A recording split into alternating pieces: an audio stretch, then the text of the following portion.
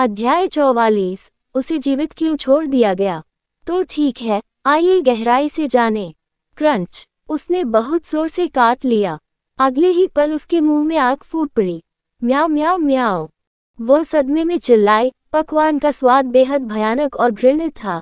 ये बताने की जरूरत नहीं थी कि यह बहुत मसालेदार था। ऐसा लग रहा था जैसे किसी ने सीधे उसके मुंह में लावा डाल दिया हो। मुझे खुशी है कि आपने आनंद लिया, ओलिवर ने प्रसन्न स्वर में उत्तर दिया और वह धीरे से उठा और रोती हुई बिल्ली को पीछे छोड़ दिया। अपने आंगन में बाहर आने के बाद उसने पेड़ों को देखा और दृश्यों की प्रशंसा की। वह सोच में पड़ गया। एक बात समझ नहीं आ रही। उसने उस चीज के बारे में सोचा जो कुछ समय से उसे परेशान कर रही थी। उनकी यादों में मिस्टिक पर्च कबीला हमेशा अपने आसपास की हर चीज के प्रति क्रूर और उदासीन रहा है। यही सिद्धांत कबीले के उत्तराधिकारियों के पालन पोषण के लिए भी लागू किया गया था। वे केवल ताकत को महत्व देते थे और कमजोरों को स्वीकार भी नहीं करते थे। यदि वह, जो बिना किसी ताकत और क्षमता के एक प्रतिभाहीन बच्चे के रूप में पैदा हुआ था, तो वे उसे क्यों पाल रहे थे? इस बात को लेकर वह काफी उलझन में थे। उन्होंने उसके जन्म के समय ही उसके बेकार होने का आकलन कर लिया था, लेकिन फिर भी उन्होंने उसे जीवित रहने देने का फैसला किया, भले ही वह अलग थलग रहेगा और अपने कबीले का नाम रखेगा। यह एक बड़ी बात थी। शीर्ष कुलों में से एक का नाम मान लेना कोई मजाक की बात नहीं थी। ये बेहद गंभीर था क्योंकि यह आपकी संबद्धता को परिभाषित करता था। उसकी कमजोरी के बावजूद वे उसे कबीले का हिस्सा क्यों मान रहे थे? उसकी मां के क्रूर और उन्मत्त रवैये को जानते हुए उसके लिए ये काफी संभव था कि वह उसके जन्म के तुरंत बाद ही उसे खत्म कर दे। उसका कोई विरोध भी नहीं करता। यह अत्यंत सरल एवं कारगर होता।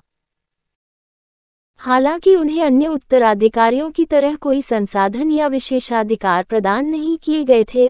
उनका समग्र जीवन आम लोगों की तुलना में बहुत बेहतर और शांतिपूर्ण था। यह एक महान विरासत वाले व्यक्ति के लिए उपयुक्त था। उनके पास अपने लिए एक पूरा अलग आंगन था। खाना पकाने, कपड़े धोने, सफाई जैसे काम करने के लिए कई नौकरानियां थीं। इतना ही नहीं, उनके पास एक शिक्षक भी थे जो उन्हें नियमित रूप से शिक्षाविदों और युद्ध की रणनीतियों के बारे में पढ़ाते थे। क्या ऐसा इसलिए है क्योंकि उन्हें मुझ पर दया आती है और वे चाहते थे कि मैं कबीले के भावी उत्तराधिकारियों के लिए एक रणनीतिकार तैयार करूं? या क्या उन्होंने जन्म के बाद किसी तरह मेरी बुद्धि के स्तर का मूल्यांकन किया? उसे लगा कि केवल यही कारण है जो उसे जीवित रखेंगे।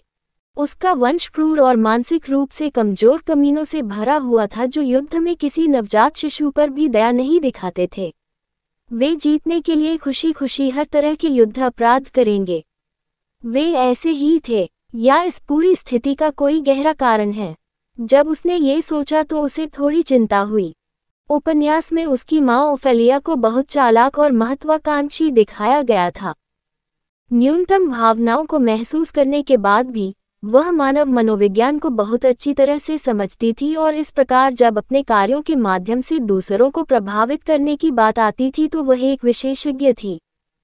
वह हमेशा सब कुछ अपने नियंत्रण में रखती थी। वह सोच समझकर और दीर्घकालिक योजनाएं बनाती थी और धीरे धीरे सब कुछ उसके अनुसार प्रवाहित करती थी। वह ये सोचकर असहज महसूस कर रहा था कि उसे जीवित रहने और बढ़ने की अनुमति देने का एकमात्र कारण उसकी किसी भयावह योजना में उसका उपयोग करना था। यदि ऐसा था तो उन्हें लगा कि पहले ब्लैक कोडेक्स फेडरेशन में शामिल होकर उन्होंने सही निर्णय लिया है। उसे तेजी से स्वतंत्र होना चाहिए। हालांकि इस बात की कोई गारंटी नहीं थी कि अगर उसने कबीला छोड़ दिया और उसके साथ सभी संबंध तोड़ दिए तो वह उसके नियंत्रण से पूरी तरह मुक्त हो जाएगा। फिर भी अगर उसने ऐसा किया तो ये काफी हद तक सुरक्षित था।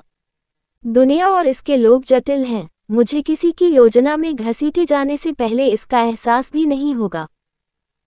उसे इस बात से सावधान रहना चाहिए कि वह किसके साथ जुड़ता है और किसी भी चीज से पहले सबसे पहले अपनी ताकत का निर्माण करना चाहिए। सौभाग्य से उन्हें अभी भी ब्लैक कोडेक्स फेडरेशन का समर्थन प्राप्त था, इसलिए भले ही उन्होंने भविष्य में कबीला छोड़ दिया, फिर भी वे सुरक्षित रहते हुए विश्व मामलों में शामिल हो सकते थे।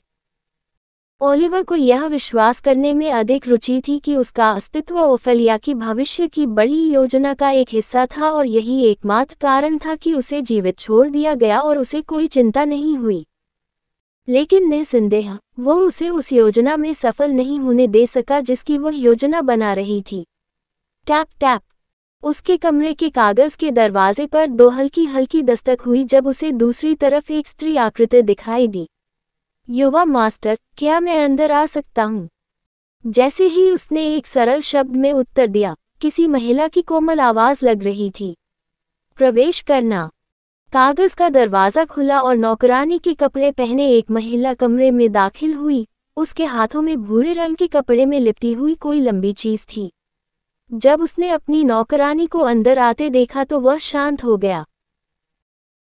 उसने उसे पहले दिन में बाजार से कुछ खरीदने का आदेश दिया था। हालांकि वह अपनी स्थिति को जानते हुए नौकरों से बहुत कम ही कुछ पूछता था। हालांकि इस बार उसने उनसे पूछा। उसके हाथ में जो चीज थी वह एक रैपियर थी जिसे उसने कबीले बाजार में स्थानीय लोहारों में से एक को उसके लिए तैयार करने के लिए कहा था। ये तब की बात है जब वह गार्डों का ध्यान भटकाने के लिए धूम्रपान कैप्सूल और कामुत्तेजक खरीदने के लिए बाजार गया था। उन्होंने उस समय एक रेपियर का भी आदेश दिया था जिसका उपयोग वह अनंत स्वतंत्रता की संप्रभु हड़ताल को प्रशिक्षित करने और अभ्यास करने के लिए कर सकते थे। उसने इसके लिए पहले ही भुगतान कर दिया था और नौकरानी को लोहार के पास जाकर उसके लिए इसे लाने के लिए कहा था।